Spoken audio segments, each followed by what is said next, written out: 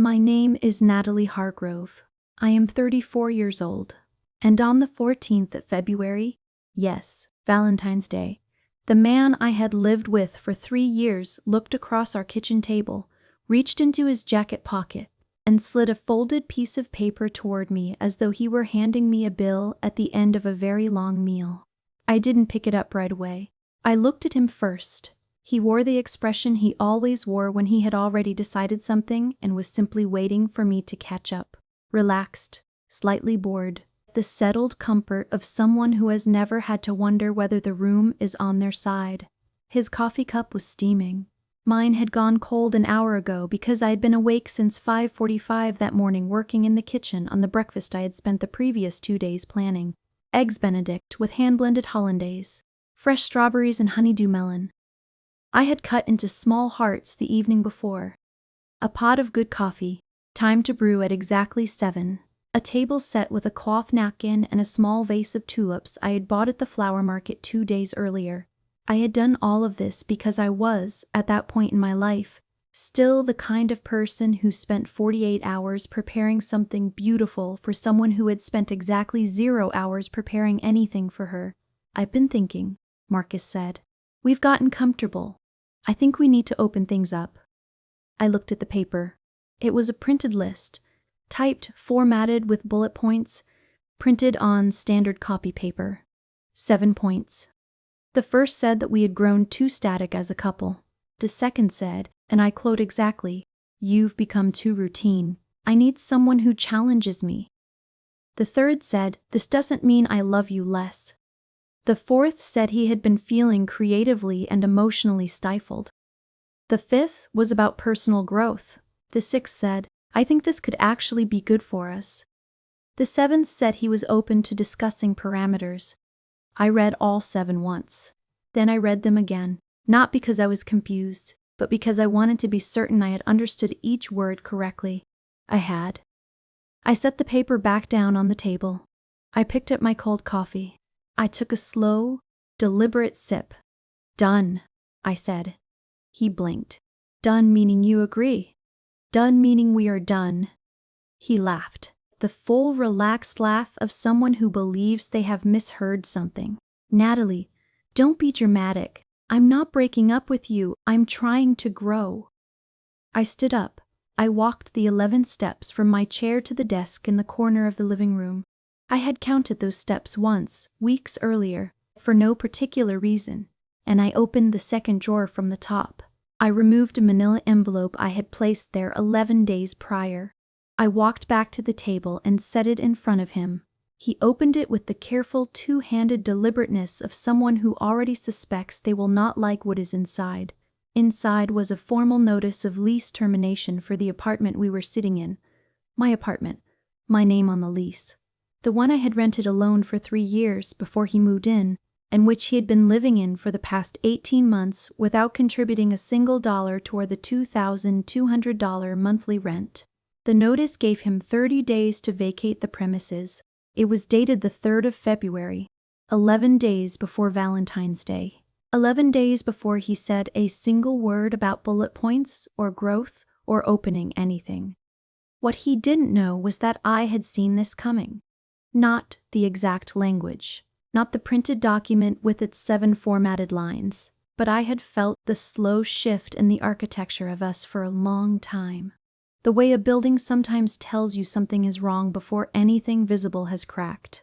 And instead of waiting to find out what would fall, I had quietly, deliberately, and entirely on my own begun building something he could not see and had no knowledge of. I had built it in the margins of our shared life.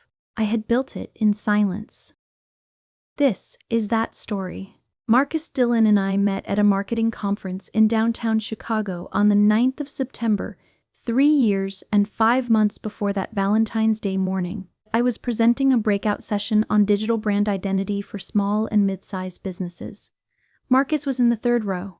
He wore a gray blazer and took notes on actual paper, which I noticed because almost no one does anymore. He found me afterward at the coffee station outside the main hall, introduced himself without ceremony, and told me my session was the best he had attended that day. He asked if I wanted to get dinner somewhere nearby. He was 37 then, with dark eyes that moved quickly and a laugh that arrived without self-consciousness. I said yes. We walked 4 blocks to a small Italian restaurant and stayed until the staff began setting up for the following morning. The restaurant closed at 11:15. We were the last table. For the first year, Marcus was attentive in the specific, considered way that tells you someone is genuinely listening rather than simply waiting for their turn. He was curious about the details of my life. Not the polished version you offer in the first weeks of knowing someone, but the actual texture of it. He asked about my business with real follow-up questions. The kind that require you to have retained what was said in a previous conversation. He remembered the name of my college roommate in Portland, the anniversary of my mother's passing in early March, the specific brand of chamomile tea I kept on the second shelf of the cabinet and didn't buy anywhere special. He called when he said he would call. He had a quality of presence, a full attention, that made you feel, when you were in a room with him, that you were the most interesting person in it. We spent that first New Year's Eve together in my apartment, eating Thai takeout and watching old black and white films on a laptop propped on a stack of art books. When midnight came, he kissed me and said, quietly and without any performance of the words, "I have never felt this way about anyone." I believed him completely. I had every reason to. Now I need to describe for you what my life actually looked like at that time, because it matters enormously for what came later. I was, in every visible way, the kind of woman who gets underestimated in professional and social rooms without anyone intending to do it. I worked from home. I was quiet in company, particularly in mixed groups where I did not know everyone. I did not talk about my accomplishments unless directly asked, and even then I tended toward understatement, because I had spent the better part of my 20s observing that women who speak plainly about what they have built are categorized quickly and unkindly. Marcus, who commuted 45 minutes each way to a mid-size advertising agency in the West Loop, who had client dinners on Tuesday evenings, who had an office with his name on the frosted glass door, found my working arrangement charming and a little quaint. Freelance. Creative. He used the word lifestyle about it once, when describing me to his friends, and I noticed he used that word and not business or career or company, which is what I would have called it. I had been running my content strategy business for 4 years by the time we met. My clients were mid-sized, direct-to-consumer brands, clean beauty, sustainable home goods, specialty food, health and wellness. Companies that needed long-form strategic written content and had started to understand, usually the hard way, what it cost them not to have it. I was specific about what I would and would not take on. I charged accordingly. By the 3rd year of our relationship, I was billing $9,000 per month on retainer contracts alone, not counting project fees, which in good quarters added another $2,000 to $3,000 above that. The year Marcus and I met, I had cleared $94,000 in gross revenue. The year after, I crossed $102,000 for the first time. I knew these numbers exactly. I knew them the way you know. Numbers that represent something you built yourself. Marcus made more than me. At least, that was what he believed. He had never actually asked me about my income, and I had never volunteered it. There was an early window, maybe in the first 6 months, when I might have opened that conversation, and I had let it pass, and then the assumption calcified the way unexamined assumptions do, slowly and completely, until it became the texture of the dynamic between us. He would pick up dinner checks with the quiet ease that telegraphed something about how he understood the arrangement, and I let him do it. Not because I needed him to, not because I couldn't have covered it easily, but because correcting a man's financial assumptions about you requires a particular kind of conversation that is, in the wrong relationship, more exhausting than it is worth. He moved into my apartment on the 1st of August, 18 months before Valentine's Day. My apartment, a 750-square-foot one-bedroom on the 14th floor of a building in Lincoln Park, clean view of the lake, monthly rent of $2,200, which I had paid alone for 3 years before he arrived. Before he moved in, I had suggested we split costs. He agreed immediately, with the warmth and certainty of a person who fully intends to follow through. Over the following 18 months, he covered groceries roughly half the time and occasionally brought home a bottle of wine. He contributed nothing toward rent, nothing toward utilities, internet, or the streaming subscriptions attached to my credit card. At the 3-month mark, I raised it, gently, without accusation, framing it as logistics rather than grievance. He said he was going through a slow quarter and asked me to give him a little time. I gave him time. At the 6-month mark, I raised it again. This time the conversation shifted, subtly but unmistakably, toward whether I was making our home feel transactional, whether money conversations were changing something between us that couldn't be undone by simply having the money conversation. After that, I stopped raising it, not because it had stopped mattering, but because I had begun to understand a particular truth about certain kinds of avoidance. Some arguments are not arguments at all. They are performances staged by one person in order to avoid accountability, and the only way to refuse the performance is to decline the stage entirely. There were 3 specific incidents that I want to tell you about, because individually, none of them would be significant enough to end a relationship between 2 people who were genuinely invested.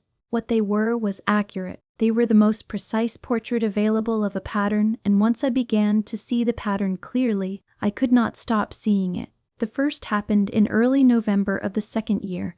Marcus's colleague Patricia, a senior account director, capable and generous, the kind of person who hosts dinner parties that make you wonder what the rest of her life is like, invited us to an evening with 6 other guests. At one point, she asked the table to share something they were currently working on that they felt proud of. When the rotation came to me, I said simply that I had just signed a year-long content strategy retainer with a wellness brand expanding nationally, the largest single contract of my career to that point, $68,000 over 12 months. I said it plainly and without decoration because it was simply what was true. Marcus spoke before I had finished the sentence. "She's being modest," he said with genuine warmth, smiling around the table. "She does content work, blog posts, that kind of thing. Very creative." Then he pivoted immediately to a pitch his own team had recently won, and the conversation moved forward on that current. Patricia held my gaze for approximately 2 seconds, a careful, specific 2 seconds, and then the table moved on. I ate my food. I smiled at appropriate moments. I did not correct anything, but something very quiet and very precise settled into place in a part of me that I had not previously been paying attention to. Not anger, not sadness, something structural, the way a wall shifts almost imperceptibly when the foundation beneath it has decided on a new position. The second incident was a Sunday afternoon in late January, about 6 months before Valentine's Day. I was at my desk working on a new business proposal for a Seattle-based food and beverage company when Marcus came into the room, glanced at my screen for approximately 3 seconds, and said, with the ease of someone offering genuinely useful feedback, "You know, you could probably make more money if you just got a real job. Like a salary, benefits, some structure." He shrugged after he said it, as though he were completing a thought he had been considerate enough to hold back until now. He wandered back to the television when I didn't argue. I sat at my desk for 4 minutes after he left. I remember that the afternoon light was coming through the window at a low angle and hitting the left side of my monitor. I remember the particular quality of the silence. And then I opened a new browser tab and typed 2 flat investment properties, Chicago. I had been meaning to do this for 2 years and had kept finding reasons to put it off. He had, without knowing it and without meaning to, removed the last one. The third incident was a Tuesday evening in early October, 6 months before Valentine's Day. We were eating dinner at the kitchen table, and I was telling Marcus about a new client I had signed in the health tech sector, a company that was rebuilding its entire content infrastructure from scratch and had hired me to lead the strategy. It was the kind of engagement I had been hoping for: significant scope, meaningful work, good compensation.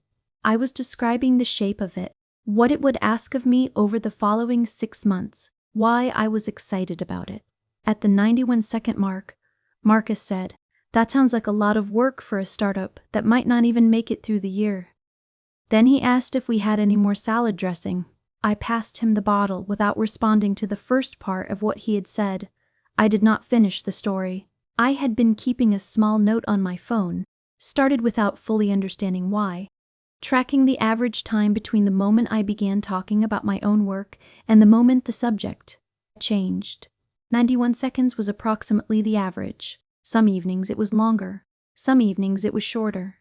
The consistency was the data point, taken together. The dinner party correction, the real job suggestion, the 91-second average, the 18 months of unpaid rent, the 1,000 small moments of being the audience in a relationship where I should have been an equal participant. These things did not make me angry. Anger would have been simpler. What they produced in me, accumulated over months, and then over a year, was a specific and very clear-eyed kind of knowing. The kind that arrives when you stop looking at the version of a person you fell in love with and start seeing, honestly, the person currently sitting across the table from you. The kind that does not arrive in a single dramatic moment, but in the quiet arithmetic of 100 ordinary ones. The decision I made, not the one on Valentine's Day morning, but the real one, the one that made everything else possible, came on that Sunday in January, 4 minutes after Marcus walked away from my desk and back to the television. The decision was this: I was going to stop waiting. I was going to stop waiting for a slow quarter to end, for a contribution that was never going to come, for someone to revise their estimate of who I was. I was going to take the 2 years of researching and reading and circling, and I was going to turn them into something real. I was going to build. I built it in silence. I need you to understand what that means, because it is not a metaphor. It means that I conducted a full, deliberate 7-month real estate and financial transaction in complete parallel with my ordinary life. In early mornings before Marcus woke up, in the hours of evenings I spent at my desk while he watched television, in phone calls and office meetings and email threads that lived in a layer of my life he had no access to and no reason to think about. In early November, I opened a dedicated business checking account at a credit union 3 miles from the apartment, entirely separate from the joint account Marcus and I used for shared household expenses. I transferred all retainer billing to that account and stopped commingling business and personal money, which I had been meaning to do for years. I hired a bookkeeper named Diane, recommended by my accountant, at $350 a month. In her first 6 weeks, Diane processed 3 years of imprecise business records, caught several categories of deductible expenses I had been missing entirely, and produced the clearest financial picture my business had ever presented. For the first time, I could see exactly what I had and exactly what I was building toward. On the 18th of November, I sat across from a financial advisor named Robert Chen at his office in River North. Robert had been recommended to me by Patricia, the same Patricia from the dinner party who had texted me the morning after that evening with exactly 2 sentences. "It was so good to see you. If you ever want to talk to someone thoughtful about money, I know someone." I had saved that message for 3 months before I used it. Robert and I met for 2 hours. He reviewed my retainer income, my savings, my projected business revenue for the following year, my current monthly expenses, including, he noted without editorializing, a monthly rent of $2,200 paid entirely by one person in a 2-person apartment. At the end of the meeting, he set down his pen and looked at me and said, "You are in a significantly stronger financial position than you appear to realize." He said it without emphasis. "The way you state a fact that seems obvious to you." I drove home from that meeting and sat in the parking garage for 12 minutes before going inside. By December, Robert and I had begun mapping a concrete acquisition strategy for a small multi-unit residential property in Chicago, specifically a 2-flat, a 2-unit building, one of the most common and sensible entry-level investment structures in the city. The model is not complicated. Purchase the property, occupy 1 unit, rent out the other, apply the rental income toward the mortgage. The gap between the rental income and the mortgage payment is often smaller than people expect, and the long-term equity accumulation makes the math work over time. I had been reading about this structure for 2 years. I was ready to stop reading. I also met in December with a mortgage lender named Sandra at a local credit union. Sandra was efficient and direct and did not make the process feel larger or more intimidating than it actually was. On the 4th of December, at 9:47 in the morning, she emailed me a pre-approval letter confirming my eligibility for a loan of $320,000. I was sitting at the kitchen table when that email arrived. Marcus was in the shower. I read the letter twice. I closed my laptop. I got up and began making breakfast. I told no one. Those December evenings have a particular quality in my memory. Marcus and I would sit on the couch together and watch television, the same shows we always watched, and he was entirely comfortable, entirely at ease in the life we had built together in that apartment, and I would be sitting 3 feet away from him, mentally reviewing an email I had received that afternoon from Sandra about required documentation, or a question I was planning to ask Robert at our next meeting, or a listing I had bookmarked on a neighborhood property site. The life I was building was completely invisible from the couch. It was invisible by design. I want to tell you what those months felt like from the inside, because I think people imagine that a person who is quietly building something must feel like a person who is quietly winning. It does not feel like that. It feels like carrying something in one hand while appearing to everyone around you to be walking normally. It feels like waking up at 5:30 in the morning, not because an alarm went off, but because your mind has already begun working on something it cannot put down. It feels like sitting across from someone at dinner and choosing, repeatedly, not to say what is actually in your mind, not out of deception, but because you have learned that certain conversations are not conversations at all. They are performances of a story the other person has already written, and participating in the performance does not change the story. In those months, I also took 2 steps that mattered in ways I did not fully understand until later. The first was that I called my sister Ellen, who lives in Minneapolis and who has more practical common sense than anyone I have ever met. Ellen is 4 years older than me, and she does not sugarcoat things. I told her, in general terms, what I had been doing. I did not tell her about Marcus specifically. That conversation was not ready yet, but I told her I was looking at property and that I was at a point in my life where I needed to make some concrete moves. She said, finally. Just that one word. Then she asked what I needed, and I told her I mostly needed someone to know what I was doing, even if they didn't know all the details yet. She said she would be there if I needed her. That was enough. The second step was that I began keeping a running document on my laptop.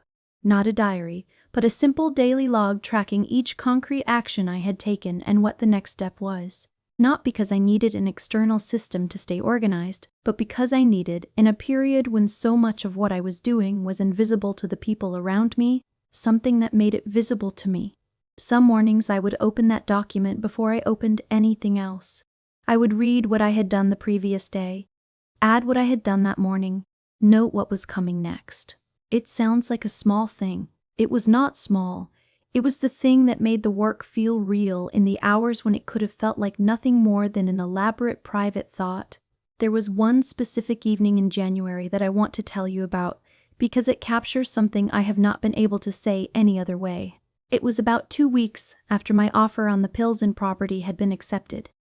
Marcus had come home from work later than usual, tired, not particularly interested in talking. We ate dinner mostly in silence, the kind that had become more common between us and that I had stopped trying to fill. After dinner, he went to the couch and turned on the television, and I went to my desk and opened my laptop. I had an email from Greg, the buyer's agent, about the home inspection scheduled for the following week. An email from Robert about which documents I would need at the closing table. A draft spreadsheet from Diane projecting the first 6 months of property income and expenses against the mortgage. I sat at that desk and worked through each email, responding, taking notes, updating my running document. From the living room, the sound of Marcus's television drifted through the apartment, the rhythm of dialogue, music cues, a laugh track. And I thought, clearly and without drama, he has no idea that in the next room, while he has been calling me too routine and suggesting I find a real job, I have been coordinating a property acquisition. He has no idea that the woman he moved in with 18 months ago, and has been taking for granted for most of them, is currently building something he has not factored into any calculation about who she is. And the not knowing is entirely his own. I finished my emails. I made 2 cups of tea and brought one to him without being asked. He thanked me without looking up. I sat at the other end of the couch for about 20 minutes. Then I said I was tired. He said good night. I went into the bedroom and lay in the dark, thinking about the closing date and what it would feel like to walk out of that room with a set of keys. I fell asleep in under 10 minutes. That, more than anything else, told me I had made the right decision. January was when I found the property. A 2-flat on a tree-lined block in the Pilsen neighborhood, brick construction from 1922, recently updated kitchens and bathrooms in both units. A small private backyard with a raised garden bed, mature trees on the parkway, and a rental history showing the upper unit had been consistently leased for $1,400 per month for the past 3 consecutive years. Greg, the buyer's agent Robert had referred me to, walked me through it on a Friday morning. I made an offer the following Monday morning. Asking price was $310,000. I offered $298,000. The seller countered at $305,000. I accepted at $217,000 in the afternoon on the 19th of January, sitting at my desk while Marcus was at his office on the other side of the city. I made a cup of tea afterward. I sat with the knowledge alone for 4 full days. If you are still watching, and I am so glad if you are, I want to pause here and speak directly to you for just a moment, because I think some of you watching this right now recognize something in this story. Not the specific details, but the feeling underneath them. The dinner party where someone spoke over your accomplishment and you smiled and didn't correct it. The slow, quiet erasure that happens so gradually you almost miss it until you're already smaller than you were. The moment you realized the person beside you had decided who you were a long time ago and wasn't going to update the picture no matter what you showed them. If any of that landed for you, drop a comment below and tell me what you recognized. Tell me what year it was when you started to see it clearly. And if you haven't subscribed to this channel yet, please do it now, because there is a story coming tomorrow, and someone watching tomorrow needs it. The way someone watching today needed this one. We are here every single day. We do not stop. Marcus, in those final January weeks before Valentine's Day, had grown subtly more restless and more difficult in the particular way that people become difficult when something beneath the surface has shifted without their knowledge. He was more quickly irritated by small things, more easily disengaged in conversation. Near the end of January, he told me in a tone of patient observation that I had become less fun to be around lately. He offered this the way people offer a weather report, as though he were merely noting a condition rather than participating in creating one. I looked at him across the coffee table in the light from the lamp we had bought together at a weekend market in the first summer, and I thought, clearly and without drama, you have absolutely no idea who is sitting across from you. You haven't known for some time. And then, February 14th arrived. The breakfast I had prepared. The paper he slid across the table. The 7 bullet points typed and formatted and printed, and my very short answer. And the envelope I had been keeping in the second drawer for 11 days.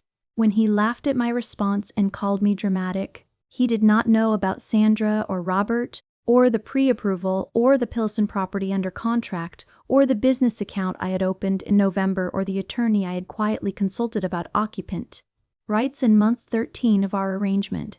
He did not know that the envelope had been sitting in that drawer since the 3rd of February. He did not know that the breakfast on the table, the eggs Benedict and the heart-shaped fruit, represented in some sense I couldn't have articulated at the time the last thing I would prepare for someone who had stopped paying attention to me a very long time ago. When he read the notice, the laughter stopped. The silence that followed lasted 9 seconds. I counted. "This is a joke," he said. "It isn't," I said. "Natalie." His voice shifted into the patient, slightly weary register he used when he believed I was not seeing the full picture. "You can't evict me from our home." "It's my home," I said. "It has always been my home. You are not on the lease. You have 30 days. You're doing this because of this morning." "I'm doing this because of the last 18 months, I said. "What you said this morning was simply the last sentence of a very long paragraph." He tried several more approaches over the following 10 minutes. The wounded approach, the logical approach, the nostalgic approach. Which was the one that asked what had happened to us, and whether I remembered how good we had been. I listened to each one. I did not interrupt. When he finished, I said, "The notice gives you 30 days. I would appreciate it if you would begin making arrangements this week." Then I took my Valentine's Day breakfast and I ate it while he sat across from me in silence. The hollandaise had held perfectly. It was very good. He moved out in stages across the following 3 weeks, the way someone moves who is still hoping the decision will reverse itself if they delay long enough. His books went first. His clothes in phases. A cashmere sweater stayed on the coat hook by the front door for 12 days. I folded it one morning without comment and placed it in a box by the entrance. He slept on the couch the first week, then transitioned to a sublet near his office in the West Loop. On the 9th of March, he stood in my doorway with his final box and said, without quite looking at me, "You're going to regret this." I considered several things I might say in return. I said none of them. "Goodbye, Marcus," I said. He left. I closed the door. I stood in the apartment in the particular silence that follows a very long ending. Not the empty silence of loss, but the full silence of a space that is entirely and completely yours. I stood in it for about 2 minutes. Then I went to my desk and opened the email from Sandra confirming my closing date of the 28th of February. 19 days later, I sat in a conference room with my attorney Gretchen. Quiet, efficient, precise, and signed 37 pages of documents in under an hour. The closing costs came to $11,240 drawn from my business account. Gretchen handed me 2 sets of keys on a plain metal ring and congratulated me in her factual, undemonstrative way. I thanked her. I took the elevator down alone. I sat in my car in the parking garage with the keys in my hand for approximately 12 minutes. I did not cry. I did not call anyone. I drove to Pilsen and parked on the street in front of my building, and I looked at the brick facade and the 2 mailboxes by the front door and the bare garden waiting for spring, and I let it be real. It took about 20 minutes. Then I drove home. I moved into the lower unit the following month. My upper floor tenant, Anna, a graduate student who had been there for 2 years, renewed her lease for $1,450 per month. That income covered just over half my mortgage each month. I released the Lincoln Park apartment back to building management, absorbing the final month's deposit forfeiture, a calculation Robert and I had made in December and decided was worth the clean break. I packed my things in the same quiet, deliberate way I had built everything else. I did not look backward. The moment Marcus found out what I had built happened 4 months later, at a birthday dinner for a mutual friend, Claire, in her Wicker Park apartment. 12 people, long table, good food. I had almost not gone. I decided to go because Claire had always been kind to me and because I have learned at some cost that avoiding things does not make them smaller. Marcus was there. He looked startled when I walked in. Not in a way he could have explained, just in the way a person looks when they were not expecting someone to simply arrive looking entirely well. We managed cordial pleasantries through the first hour. At dinner, when the table arrived at the natural moment where everyone was asking what everyone else was working on, I said that I had purchased a property in Pilsen in February and was getting settled into my new place. The table responded warmly. Recalibration, then questions, then genuine interest. Claire said, "Wait, you bought, like actually bought?" I answered everything simply and directly. Across the table, Marcus's wine glass had stopped at the halfway point between the table and his mouth. I watched his face go through something I could only describe as arithmetic. The look of a person recalculating a number and arriving at an answer that doesn't match the figure they had assumed. He set the glass down without drinking. "When did you do this?" he said. "I closed on the 20th of February, I said. "About 2 weeks after you moved out." A careful, particular quiet settled over that corner of the table. "You were already planning this?" he said. "For some time, yes," I said. He looked at his plate. He said nothing else for the rest of the meal. When people got up to clear dishes, he excused himself. Claire told me later he had left without saying goodbye. He texted twice in the weeks that followed. The first message said, "I think I misread a lot of things about you." I read it at my desk, put the phone face down, and continued with what I had been doing. I did not reply. 8 days later, a second message. "Can we talk? I think I owe you an apology." I replied with one sentence, "I accept the apology in the spirit it's offered. I wish you well." He followed with a longer message about reflection and growth and what he was coming to understand about himself. I read it once. I recognized it for what it was, a message that was partly about making something right and mostly about being witnessed making it. I did not reply. Some debts get acknowledged. Some get paid. The two things are not the same. By September of that year, 7 months after the closing, the Pilsen property had appreciated an estimated $11,000 based on comparable sales on the same block. The upper unit was fully occupied, generating consistent income. My business was tracking toward $108,000 in gross revenue, the strongest year I had ever had. Robert and I had already begun early-stage conversations about a second property. None of this made me wealthy. None of it made me finished. But every number represented something constructed deliberately, in my own time, by a version of myself that had finally stopped waiting to be given permission to take her own potential seriously. I want to tell you honestly what those months after looked like, because I think it would be dishonest to present them as simply triumphant. There were harder parts. There were mornings in the new apartment in Pilsen when I would wake in unfamiliar light, different windows, different quality of sound from the street, different angle of morning, and feel the particular disorientation of having made a large, irreversible decision and not yet fully arrived on the other side of it. Not regret. Something more nuanced than regret. The feeling of standing in a doorway between two versions of a life, where the previous version was known and the new one was still taking its shape. I had chosen the new one deliberately. I was still learning its dimensions. I also want to be honest about something I have not said explicitly.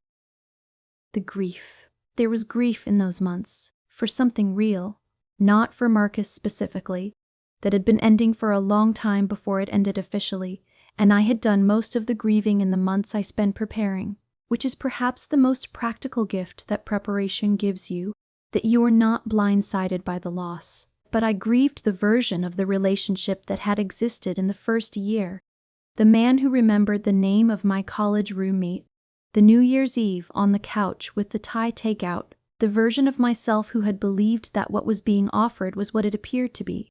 That version of me deserved to be mourned properly, and I gave her that. What I did not do was let the grief make me smaller.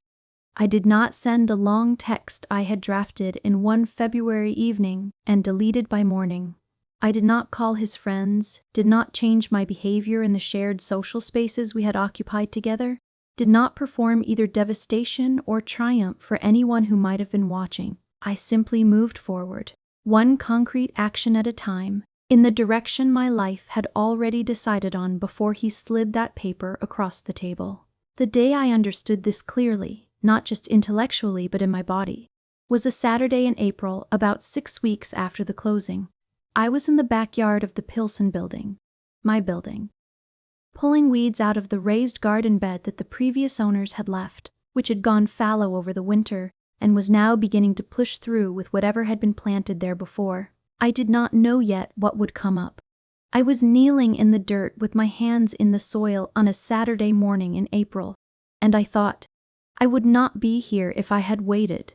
I would still be in Lincoln Park, paying the full rent of an apartment I shared with someone who called me too routine. I would still be at the dinner party, watching someone rephrase my accomplishments for a room full of people.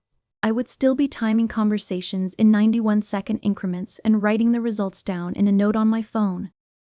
And I would still be waiting for the right moment, for someone to change, for the circumstances to improve. Kneeling in the garden that April morning, I was not waiting for anything. I was already there.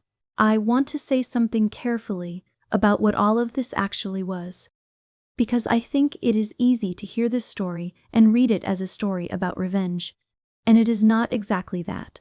The preparation was not about Marcus. I did not buy a building in order to show him something at a strategic moment. The eviction notice was not a weapon I had been storing. I had spent 7 months building a life, the life I had been meaning to build for 2 years. And the notice was simply the logical, legal, and entirely natural consequence of having done that work in an apartment where I was the only person on the lease and the only person who had ever paid the rent. He could have been anyone. His particular failure to see me was the catalyst, not the point. The point was what I built. There is a version of this story that ends with Marcus understanding everything he did wrong and becoming a different person, and that understanding mattering to me. That is not this story. I am not interested in whether he grew from this experience.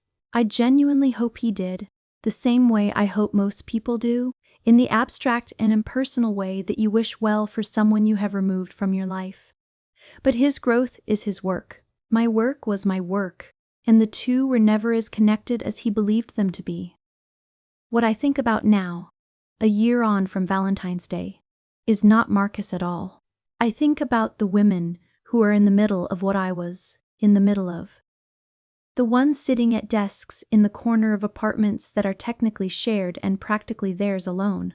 The ones who have been told, not loudly, not cruelly, but persistently, and in the daily accumulation of small moments, that they are less than what they are. The ones who are 91 seconds into a sentence and already watching the room move on. I think about those women because I was one of them, and because I know that the distance between where they are and where I am is not talent or luck or a particular set of circumstances. It is a decision. One quiet, deliberate, private decision to stop performing smallness for someone else's comfort and start moving in the direction of the life that was already waiting. That is the only thing I want to say, not that you should do what I did.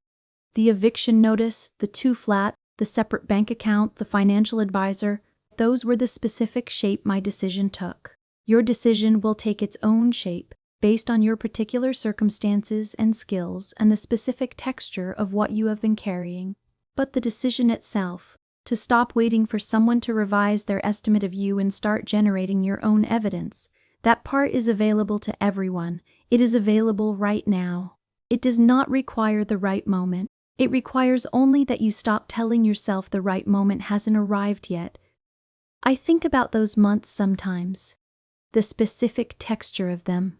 The early mornings at my desk when the apartment was quiet and the city hadn't fully woken up, and I was working on something that was entirely mine, something that existed in the layer of my life that was invisible from the couch 3 rooms away. There was a loneliness in that, a particular kind, not the loneliness of being alone, but the loneliness of being unseen by the person nearest to you, of sitting in the same room as someone and knowing that the life taking shape beneath the surface is completely invisible to them. I want to be honest about that. I am not going to perform the version of this story where everything felt clean and purposeful at every moment. There were evenings when it felt more like grief than momentum. There were nights when I wondered whether I was building something or running from something, or both at the same time. What I held on to in those moments was something very simple. I was not waiting anymore. Whatever I was feeling it in motion. I was moving, and movement, even imperfect and uncertain movement, is something you can trust in a way that waiting never is. Here is what I want to leave you with. If you are somewhere in your life that resembles any part of what I have described, the preparation is not about the other person. It is about you and what you already know you are capable of and have been postponing. The moment you stop explaining yourself to someone who has stopped listening and start directing that same energy toward the thing you have been meaning to build, that is not a dramatic moment. It is a quiet one. It looks like opening a browser tab or making a phone call or walking into a credit union on a Tuesday afternoon. It looks like nothing from the outside. From the inside, it is everything. I am 34 years old. I own property in Pilsen. My business cleared 6 figures this year for the 2nd consecutive year. None of it happened because someone believed in me first. It happened because I stopped waiting for that and started moving. Quietly, precisely. With no announcement, the loudest comebacks are built in silence, not as a slogan, as a description of a process. You stop arguing about your worth and you start generating it. In the early mornings, in the margins of an ordinary life, in the particular privacy of knowing something that no one else in the room knows yet. I want to ask you one question before I go, and I want you to answer it honestly, either in the comments or just to yourself. What is the thing you have been meaning to build for 2 years?